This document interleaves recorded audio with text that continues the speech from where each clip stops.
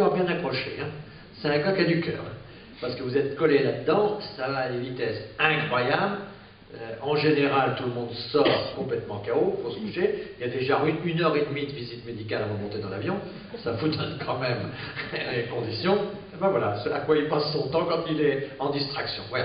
En tout cas, j'apprécie beaucoup non seulement les sardines d'Ordonnay qui m'emmènent de temps en temps, mais surtout sa dynamique personnelle. Et je suis très heureux d'être son ami et de pouvoir ensemble travailler régulièrement.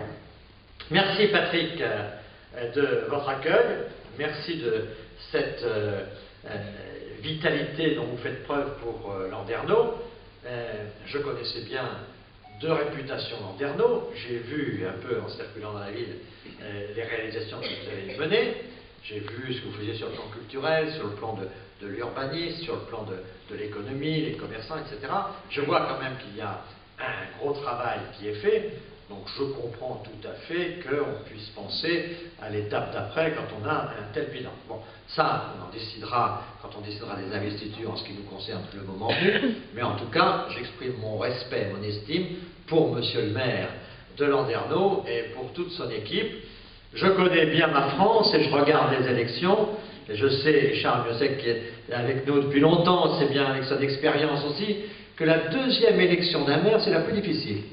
Et quand je vois le résultat que vous avez eu, vraiment, c'est le signe d'un très bon travail et je voudrais vous en féliciter, cher Patrick.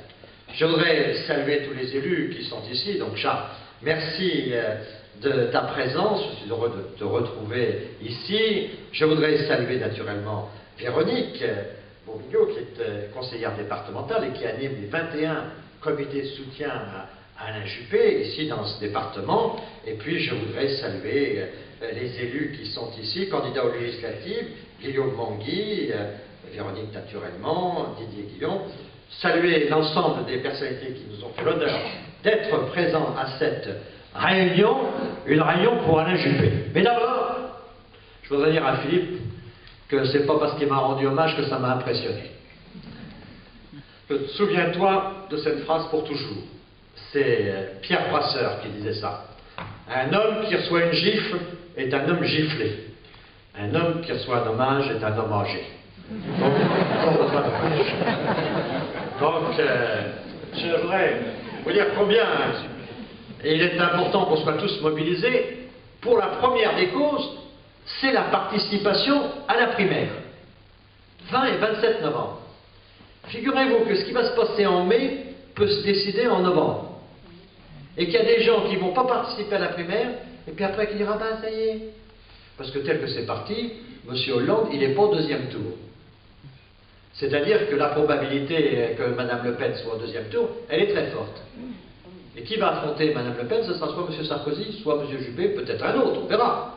Mais en tout cas, ça va sans doute se décider le 27 novembre.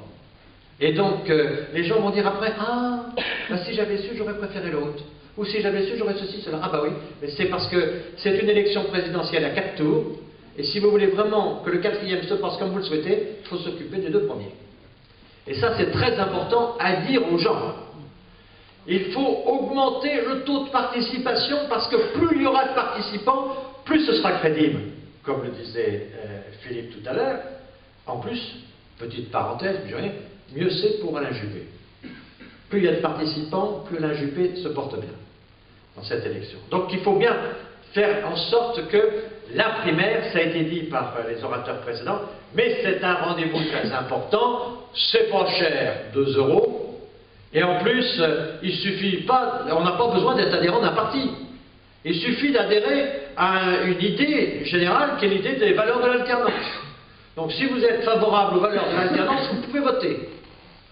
Et là, vous votez sans que votre vote même sera détruit. Personne ne le saura. 15 jours après, on s'est engagé devant la Commission Informatique et Liberté à détruire toutes les listes électorales 15 jours après les élections. Donc c'est un vote qui ne... On ne pourra pas vous dire « Ah, vous êtes de droite, vous êtes du centre, vous avez voté ». Non, personne n'aura le droit parce que la protection des fichiers informatiques dans notre pays existe. Et donc, sous contrôle du CISA, nous détruirons tous les fichiers électoraux le 15 jours après. Donc, il faut vraiment inciter les gens à participer. Ça, c'est vraiment le premier point. Le deuxième point, c'est de faire en sorte que la primaire, mais ça a été dit par mes amis, que ça se passe dans un bon climat. Il est clair que les candidats sont légitimes, ils ont derrière eux des parlementaires consignés, des maires consignés, des militants consignés, donc ce n'est pas des aventures personnelles, c'est des gens qui ont des idées, qui ont une légitimité, donc ça se respecte. Donc pas d'attaque personnelle, parce que d'abord il faudra se rassembler, parce qu'il faut quand même faire ce changement, on en a marre des socialistes. Donc si on se divise, ils attendent qu'une seule chose.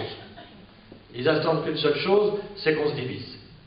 Et donc, il voit bien aujourd'hui, M. Hollande rêve de refaire le match contre Nicolas Sarkozy. Je ne suis pas sûr qu'il y ait beaucoup de gens qui veulent revoir le match. Mais au total, la seule chose qu'ils espèrent, c'est qu'on soit divisé. Mais si on a fait des primaires, c'est justement pour ne pas être divisé. Parce qu'une fois qu'on a un candidat sur le second tour, si on est derrière ce candidat, il n'y a pas de difficulté. Notre candidat, il est qualifié pour le second tour. Il sera bien au-delà des 25%. Souvenez-vous, j'étais Premier ministre en 2002, je m'en souviens, d'Alain Juppé.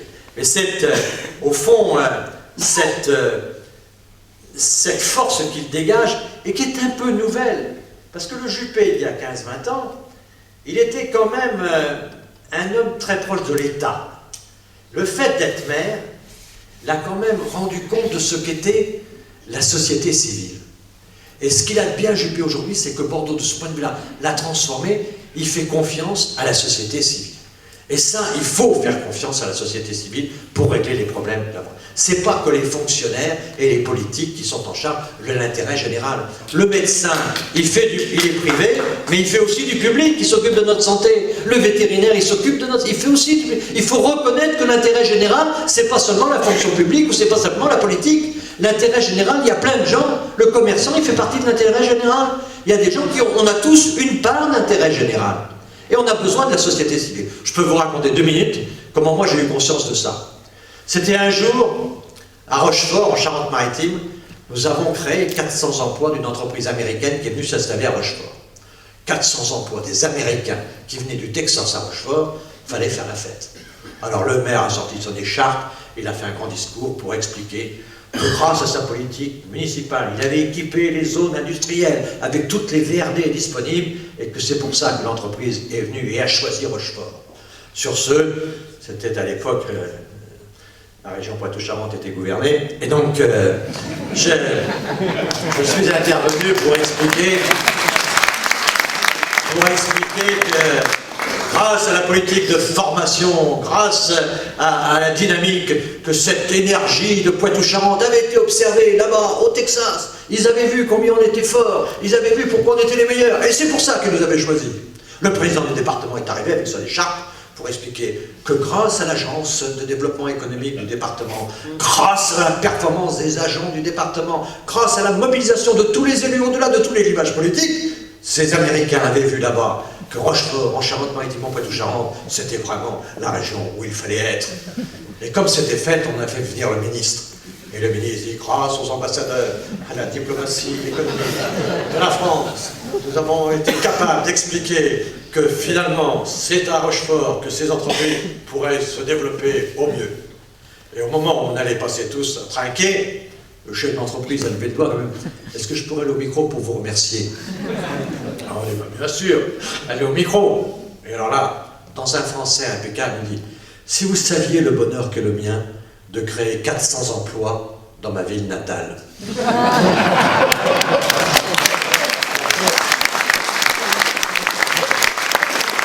Voilà, un homme qui était venu à Rochefort, qui avait été faire une carrière industrielle formidable et qui avait une idée qui était de revenir dans sa ville natale. Et tout ça, bon, depuis ce jour-là, je suis très prudent. Depuis ce jour-là, je sais que la politique doit rester à sa place. Et donc, tout ça pour dire qu'Alain Juppé, il a pris cette conscience-là que la société civile, que ce soit avec les entrepreneurs, que ce soit avec les enseignants, que ce soit avec les associations, il faut laisser et associer, mais en fait, tracer le cap pour que tout le monde s'inscrive dans une dynamique, mais tout le monde mette son énergie personnelle, individuelle, au service d'un projet collectif. Et donc, c'est ce qu'il y a de, je crois, d'important chez Juppé. 3 points dans son programme, je ne veux pas vous embêter avec son programme. Un État fort.